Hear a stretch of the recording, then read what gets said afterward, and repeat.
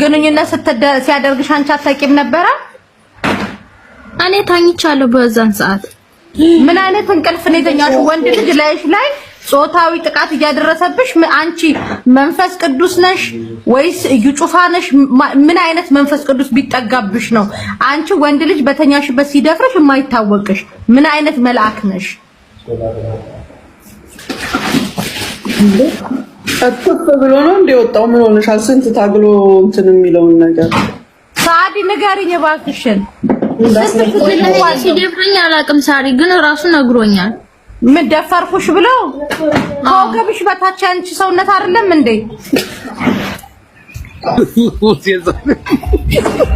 ተገጥሞልሽ ነው? አያትሳቁ እናቴ ከባድ ነው። በቄራ ተገጥሞልሽ ነው? ከወገብሽ ከታች ያለው ልጅ ነው ያሳቀኝ። ምን ያህል ምን ቢል ነው ያለው?